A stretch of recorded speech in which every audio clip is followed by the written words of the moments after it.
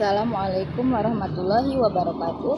Perkenalkan, nama saya Sinta Sundari. Perkenalkan, nama saya Muhammad Arif. Perkenalkan, saya Deswita Wulansari. Baiklah, di sini saya akan menjelaskan mengenai pengertian dari distribusi binomial.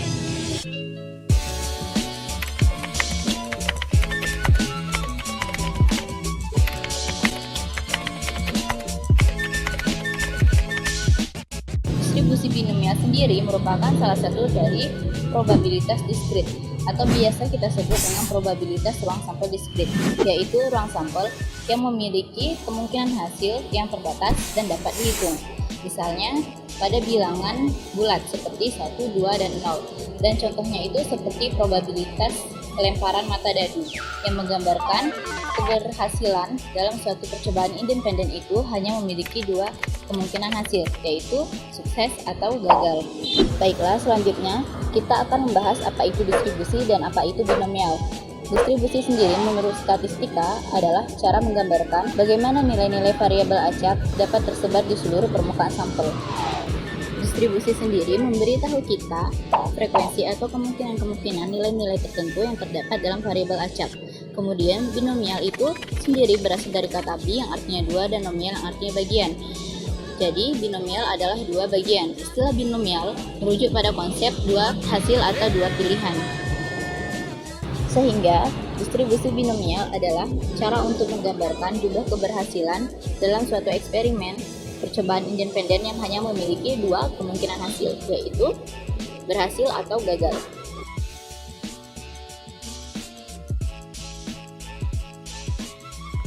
Orang pertama yang memikirkan tentang distribusi binomial yaitu Blaise Pascal dan Pierre de Fermat.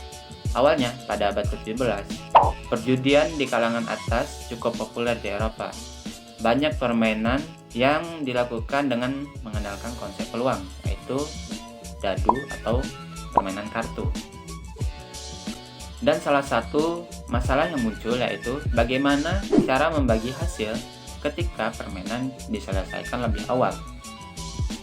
Sebagai contoh, kita ambil permainan dadu. Masing-masing pemain sepakat bahwa yang mendapatkan 5 poin akan menjadi pemenangnya. Tetapi bagaimana jika permainannya dihentikan lebih awal? Bagaimana cara membagi taruhan ini supaya adil? Nah, ini yang disebut sebagai masalah pembagian. Dan orang yang mendiskusikan hal ini yaitu adalah Blaise Pascal dan Pierre de Fermat.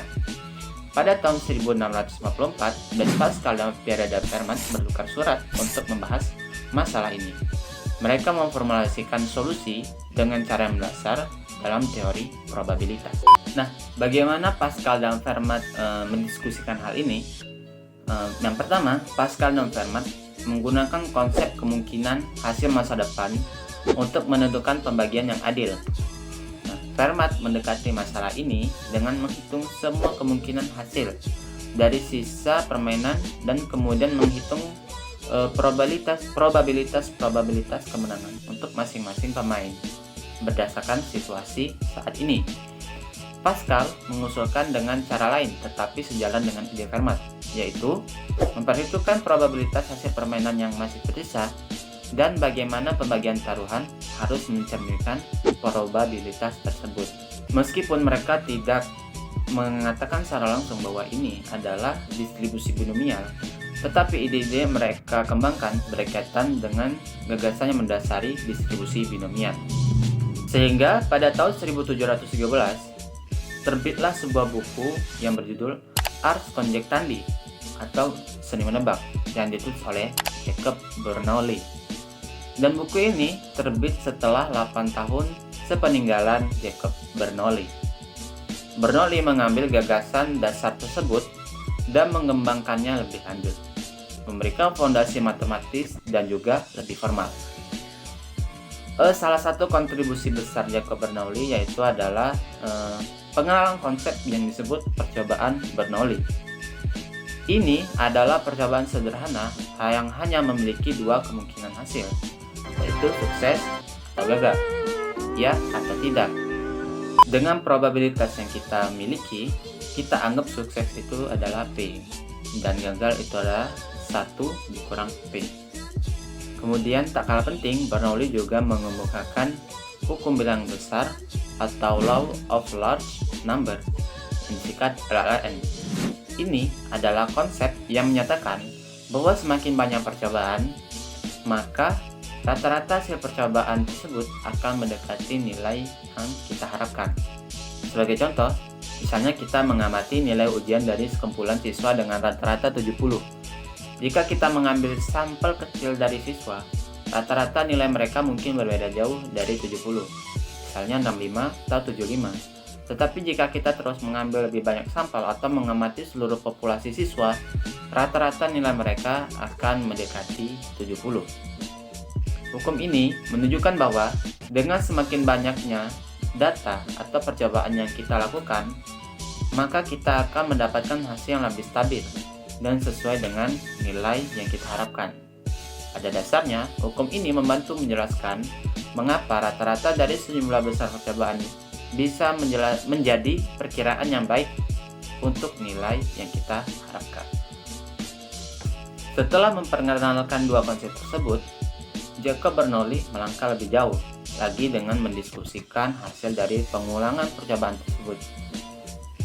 Dia menunjukkan bahwa jika kita mengulangi suatu percobaan Bernoulli sebanyak n kali, dengan probabilitas sukses P pada setiap percobaan, kita dapat menghitung probabilitas mendapatkan tepat K sukses dari n percobaan. Probabilitas ini mengikuti distribusi tertentu yang kita sekarang sebut yaitu distribusi binomial.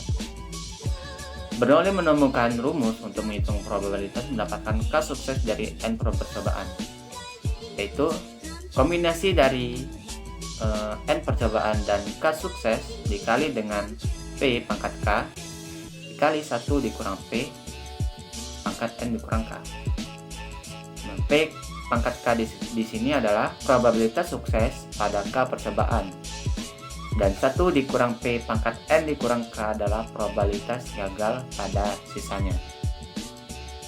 Contoh, seperti kita melempar sebuah koin yang memiliki peluang sukses misalkan angka sebesar 50%, dan kita ingin mengetahui peluang mendapatkan 3 angka dalam 5 kali lemparan. Dan ini bisa kita modelkan dengan distribusi binomial.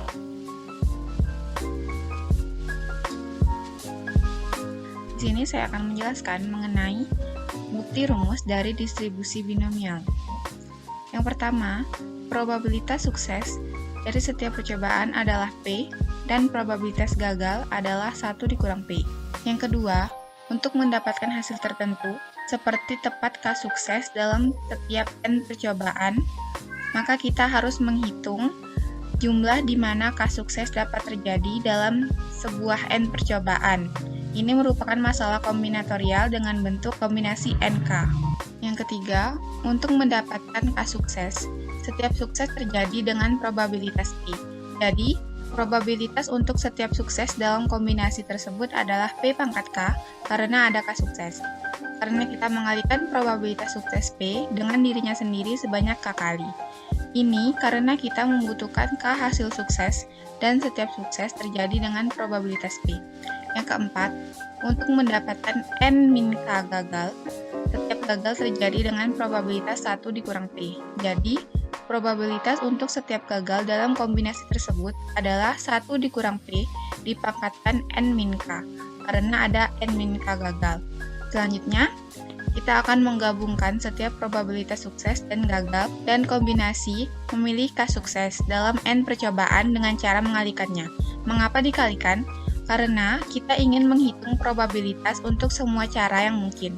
Setiap cara memiliki probabilitas yang sama, jadi kita perlu mengalihkan jumlah cara dengan probabilitas per cara untuk mendapatkan probabilitas total.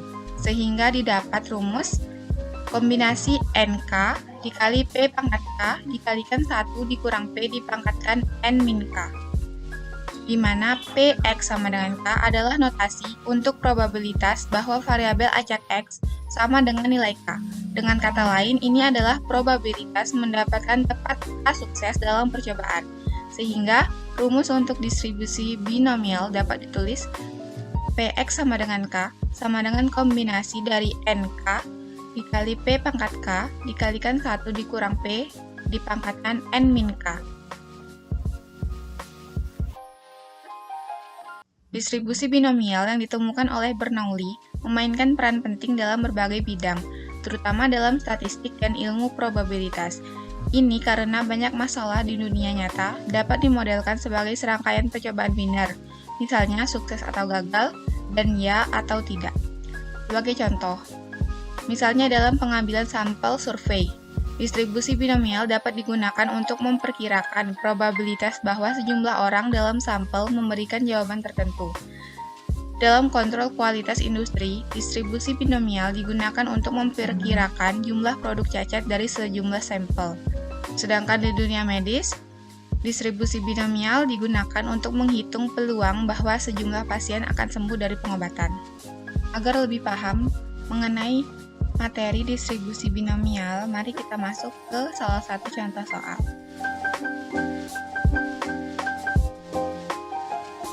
Di sini diketahui, pada sebuah sekolah, 5 orang guru mengikuti tes UKG yang tingkat kelulusannya adalah 0,6. Tentukan peluang ketika kondisi sebanyak 2 guru lulus. Soal ini merupakan contoh penyelesaian distribusi binomial kumulatif.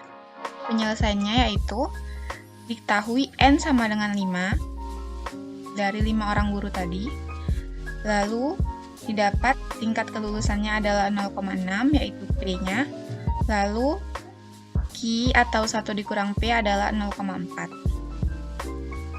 Maka langsung kita masukkan ke rumusnya. Jika Px sama dengan 0, maka kombinasi dari N-nya 5 dan K-nya 0, yaitu kombinasi 5, 0 dikalikan 0,6 pangkat 0 dikalikan 0,4 pangkat 5. Yang hasilnya yaitu 0,01024. Selanjutnya Px sama dengan 1, di mana K-nya sama dengan 1 dan N-nya sama dengan 5. Kita buat kombinasi dari N sama dengan 5 dan K sama dengan 1, lalu dikalikan dengan 0,6 pangkat 1 dikali 0,4 pangkat 4. Karena 0,4 ini dipangkatkan dengan N min K, di mana N-nya sama dengan 5 dan K-nya sama dengan 1, jadi 5 dikurang 1 sama dengan 4.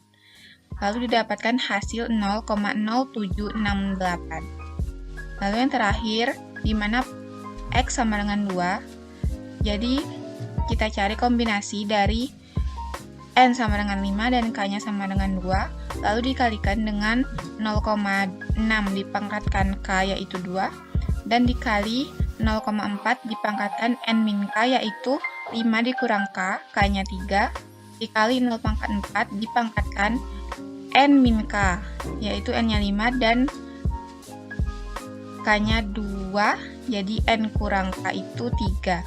Didapatkan hasilnya 0,2304. Sehingga peluang binomial kumulatifnya 0,01024 dari Px sama dengan 0 ditambahkan 0,0768 dari Px sama dengan 1. Yang terakhir 0,2304 dari Px sama dengan 2 didapatkan 0,31744.